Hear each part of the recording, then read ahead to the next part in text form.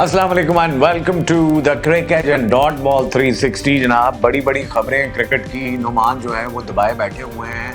Cricket और dot ball जो है वो क्रिकेट की खबरें आपके लिए लेकर आते हैं। गर्मा गर्म खबरें हैं नुमान। एक तो आईपीएल हो रहा है। कैसे हैं आप? पहले खैरियत, अल्लाह का शुक्र। ठीक है, खैरियत से हैं? अच्छा, पहले तो थैंक यू वेरी मच कि आप तशरीफ़ लाए। शुक्रिया, बहुत नवाजिश आपकी। और दूसरा ये है कि जनाब पाकिस्तान के जो हालात चल रहे हैं नोमी, उसमें तो यार मामलात बड़े गड़बड़ हैं और इंतहाई अफसोसनाक खबर एक सामने आई यार। बहुत दुख हुआ है इस पर। और वो खबर हमारे एक दोस्त हैं लाहौर के, स्पोर्ट्स के जर्नलिस्ट हैं, उन्होंने वो खबर ब्रेक की है। एहसानुल्लाह पाकिस्तान। असल में हुआ ये कि आईपीएल चल रहा है, उसमें एक नाम बहुत ज़्यादा गर्दिश कर रहा है, बहुत नाम टॉप पे आ रहा है और उसका नाम है यादव, मयांक यादव। फास्ट बॉलर है, 155 की कंसिस्टेंट उसकी स्पीड है और 157 तक गया आईपीएल। इस वक्त पूरी दुनिया में उसी का ढंढोरा पीटा जा रहा है। अब उसको लेके तो कुछ लोगों ने कहा कि भाई हमारे पास भी एक यादव था, हमने उसके साथ क्या किया। बात कर रहे हैं हम एहसानुल्लाह की। और आप पता है 150 प्लस गेंद करने वाला वो बॉलर था, लेकिन उसको इंजरी हुई एक। और पाकिस्तान क्रिकेट बोर्ड नवान, उन्होंने हद कर दी कि पहले तो उसको डॉक्टर नहीं दे रहे थे, फिर जिस वक्त डॉक्टर दिया, इंग्लैंड से डॉक्टर आया क्योंकि उसका वीज़ा नहीं लग सकता था। पाकिस्तान डॉक्टर आया, आके ऑपरेशन किया और उसको कहा कि भाई तूने रेस्ट करना है। लेकिन उसको वहाँ पे एकेडमी में उसको बॉलिंग करानी शुरू करवा दी दोबारा। रीहैब में उसको प्रॉब्लम आया और वो उसका बाजू वो बेचारा फिर पकड़ के बैठ गया। अब बात यहीं पे नहीं ख़त्म होती। बात ये है कि उसके जो फाइनेंशियल कंडीशन थी वो इतनी सख्त ख़राब थी कि एक तो वो गालिबन पेशावर से आके लाहौर में रह रहा था। वादत रोड पे उसने घर किराए पे लिया हुआ था जहाँ पे उसकी फैमिली थी, और पिछले कहते हैं कि 3 महीने से तकरीबन उसने किराया नहीं दिया हुआ था। उसके लिए अली तरीन जो मुल्तान सुल्तान के ओनर हैं, उन्होंने उसका वो किराया भी दिया। और उसके बाद डॉक्टर्स ने उसको कहा कि भाई अब तुझे ऑपरेशन कराना होगा इंग्लैंड में जाके। पीसीबी की मिन्नतें तरले करते रहे, पीसीबी ने उसको कोई लिफ्ट नहीं कराई। दिन ब दिन वो बेचारा और ख़राब होता गया।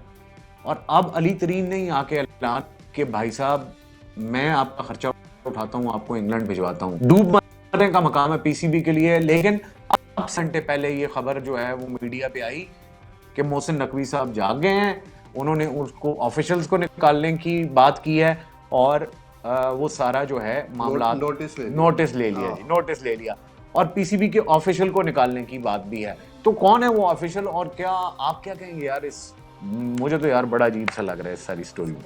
ये मसला ये है कि मिस मैनेजमेंट ना भरी पड़ी है पाकिस्तान के अंदर। और हमने ये एहसानुल्लाह के केस से पहले नसीम को देखा है। नसीम शोल्डर इंजरी कैरी करे, उसको जो है हमारे डॉक्टर्स हैं टीम के साथ, जो फिजियोज हैं, स्पेशली डॉक्टर्स की मैं बात करूंगा, उन्होंने उनको फिट करार दे दिया। लेकिन वो इवेंचुअली जो है वो he broke down.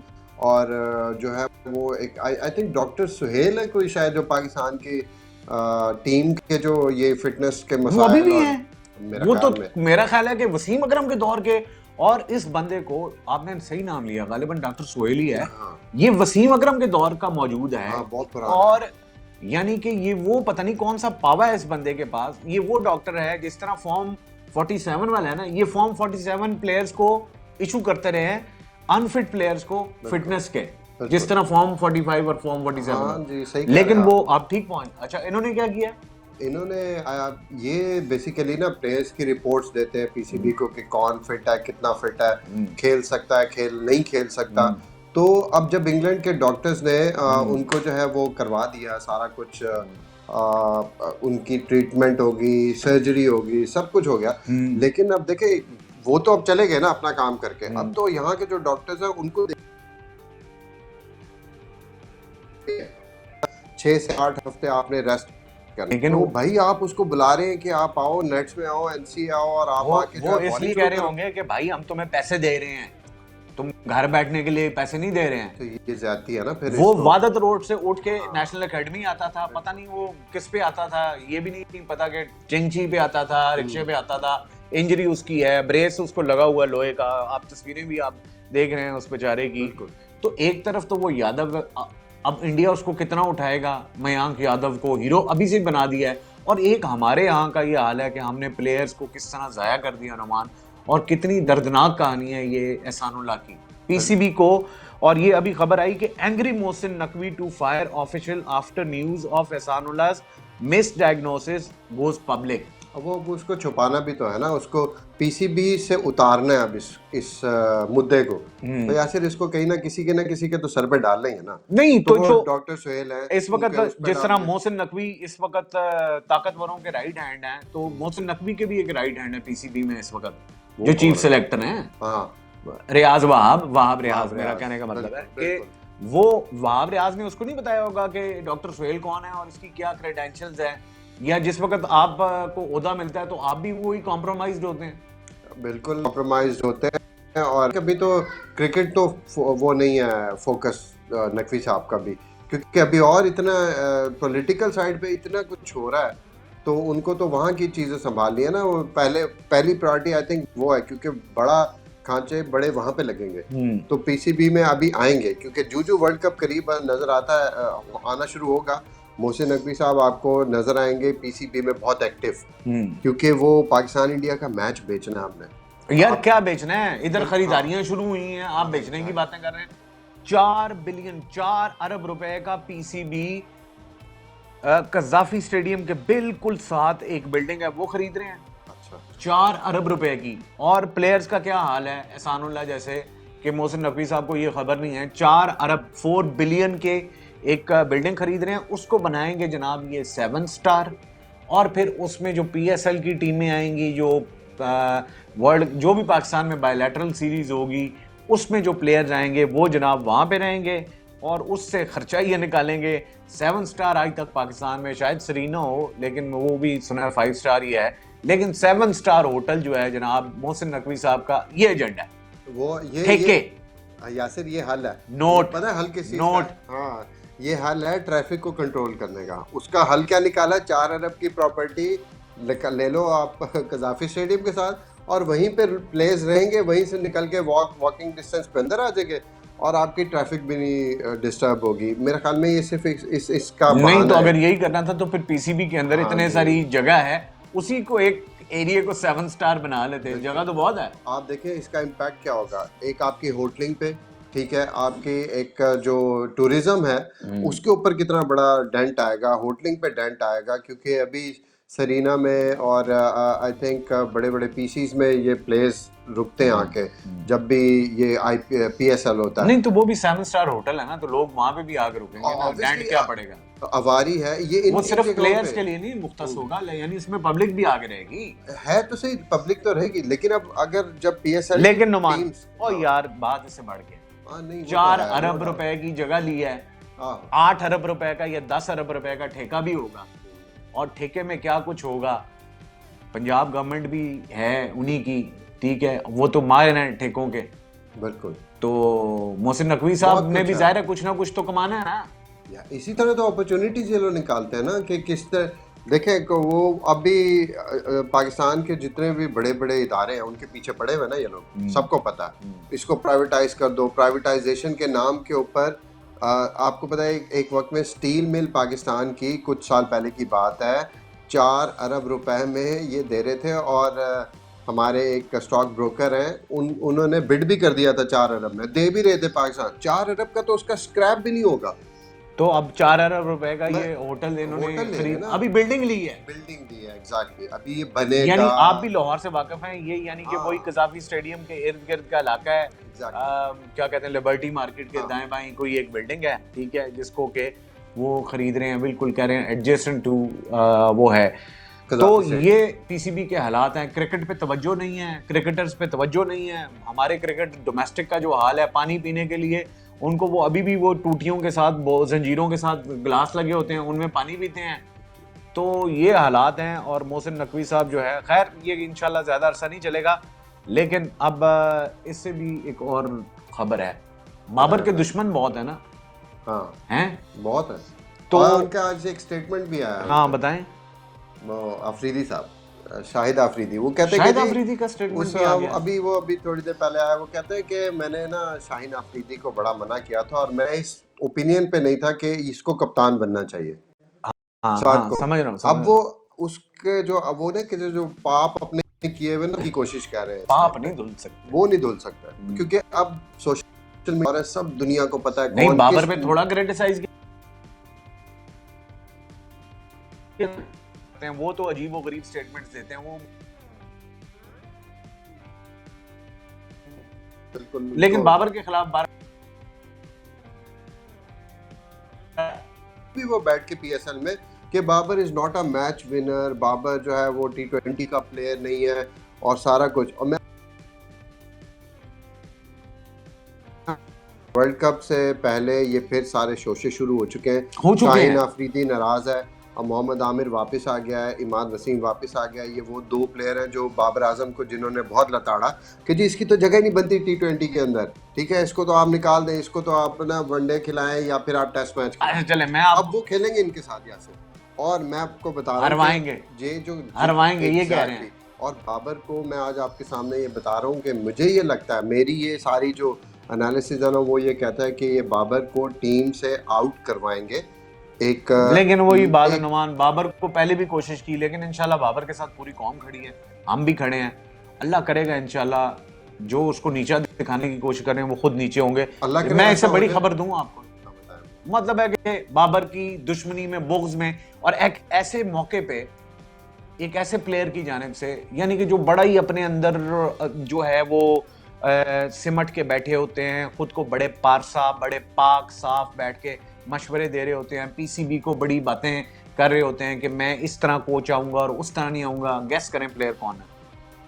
Pakistani team का वसीम अकरम के दौर का, चलें, विकेट कीपर है राशिद लतीफ। 100% आपका जवाब दुरुस्त हुआ। प्रोड्यूसर साहब से कहूंगा कि मैं इनको एक इलेक्ट्रा फैन दें। तो राशिद लतीफ साहब ने फरमाया ये है कि बेशक बाबर आजम और वो दोस्त हैं, लेकिन despite their friendship Babar took revenge from Shaheen Afridi, कि उसने मेरी कप्तानी क्यों ली थी। मतलब है कि वो कह रहे हैं कि बाबर ने शाहीन से रिवेंज लिया है। भाई बाबर ने किस तरह रिवेंज लिया भाई? ये वही शाहीन शाहिद अफरीदी ग्रुप है पूरा, मुझे तो ये लगता है यार। ये सिर्फ और सिर्फ ना, मैं आपको बता देता हूँ, राशिद लतीफ को कितने लोग सुनते होंगे? 10,000 20,000 में भी, ठीक है। जब वो बाबर आजम का नाम यूज करेगा ना, 50,000 60,000 लाख लोग सुनेगा उसको। आप समझ रहे मेरी बात को? बाबर के नाम को यूज नहीं करके बाबर ने रिवेंज किस तरह लिया भाई? जिस वक्त कप्तानी शाहीन अफरीदी ने बाबर के अगेंस्ट ली थी, जिस वक्त वो प्राइम, जिस वक्त बाबर को सपोर्ट की जरूरत थी, उस वक्त शाहीन अफरीदी ने उसकी कमर में यूं करके छुरा घोंपा। बिल्कुल ठीक है। अब तो उसने अपना वो छुरा बाहर निकाला, तो उसने रिवेंज किस तरह ले लिया? उसे फ्लॉप तरीन कप्तान पीएसएल में देखा, ज़हनी तौर पे उससे कप्तानी हो नहीं रही थी। लेकिन ये राशिद लतीफ का बताएं कि राशिद लतीफ इस मौके पर ये स्टेटमेंट क्यों इश्यू कर रहे हैं? ये बड़ी अपनी तरफ से पारसा बनने की कोशिश करते हैं। कहते हैं जी राशिद लतीफ ने बड़ी ना बुक्स पे, जुए पे बड़ी रिसर्च है इनकी, बड़ा काम किया है, फिगर्स और ये और वो। ये जो इतने पारसा बनते हैं, इनको ये भी पता है कि कौन से कप्तानी, ये उसी टीम में का हिस्सा थे जिसमें पाकिस्तान की तारीख की सबसे ज्यादा बुक मेकिंग हुई। जस्टिस क्यूम की रिपोर्ट भी उन्हीं टीमों के मुतालिक आई और हिस्सा थे।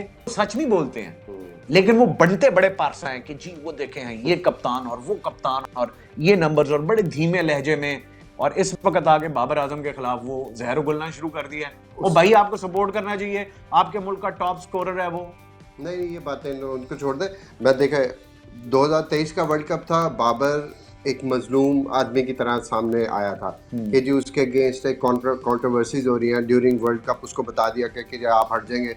राशिद लतीफ ने बहुत सारी चीज़ें उसके, तो उस टाइम क्योंकि उसने देखा कि बाबर के लिए सोशल मीडिया पे और कौम का एक सॉफ्ट कॉर्नर है बाबर के लिए, और सारे उसको बैक कर रहे हैं, तो राशिद लतीफ ने उसी डगर पे चलना शुरू कर दिया कि मुझे भी इसी को फॉलो करना है और बाबर को सपोर्ट करना है। अभी क्या हो रहा है कि अभी बाबर को अब जो कहानी चलनी शुरू हुई है वो ये है कि बाबर आजम को लेके इन लोगों ने टीम से किसी तरीके से आउट करना है।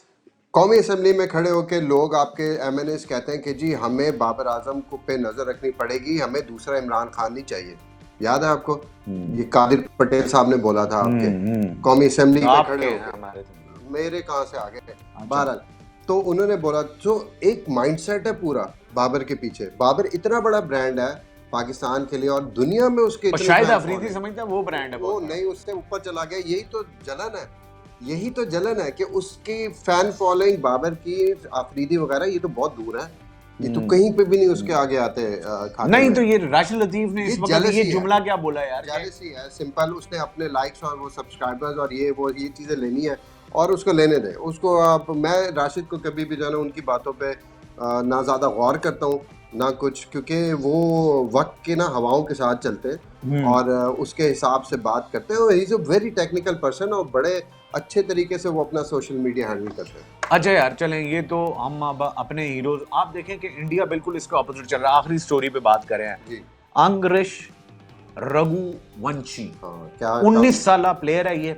कल खेला है KKR की तरफ से, कोलकाता नाइट राइडर की तरफ से 50 मारी डेब्यू में। 19 साल का प्लेयर है, 11 साल का था, दिल्ली से शिफ्ट हुआ मुंबई और वो नायर कोच हैं उसके, उनके हाथों में गया और कल भी वो उन्हीं की तारीफ कर रहे थे, उन्होंने तैयार किया। और दूसरी तरफ यादव है। ये दो प्लेयर्स हैं। कल शाहरुख खान ने भी उसको बड़ी धमकियां छपकियां दी। और अब आप देखें कि इंडिया में इतना टैलेंट है। एक फिगर सिर्फ हम वो वाली दिखा दें, अगर मैं कहूँ कि एक स्टैट है कि अगर आप देखें ना नुमान के इंडिया में इस वक्त टॉप रन स्कोरर कौन से हैं, तो वो आप देखेंगे कि वो सारे नए प्लेयर हैं। यानी कि इंडिया इस वक्त अपने नए प्लेयर्स को, जो नया इमर्जिंग प्लेयर है, उसको उठा के आसमान पे उसको पैम्पर कर रहे हैं, उसका ख्याल रख रहे हैं, पैसा भी दे रहे हैं, वो जो कमा रहे हैं वो प्लेयर्स को भी दे रहे हैं। इधर उल्टा हिसाब है, सामने बेचारा अपना बाजू लेके बैठा हुआ है। जायसवाल आई थिंक टॉप में है, फिर सूर्य कुमार यादव है उसमें, बिल्कुल, रिंकू सिंह भी हैं, श्रेयस अय्यर भी हैं, शुभमन गिल हैं उसमें। तो आपको वो जो है ना पुराने नाम, या फिर वो जो जैसे कि कोहली और आपके शेखर धवन, इस तरह के, ये लोग अभी IPL खेल रहे हैं, विराट कोहली है और ये रोहित शर्मा है, इस तरह के नाम नहीं है। यंग प्लेयर्स इंडिया की बागडोर संभाल रहे हैं और बोर्ड उनको बैक कर रहा है।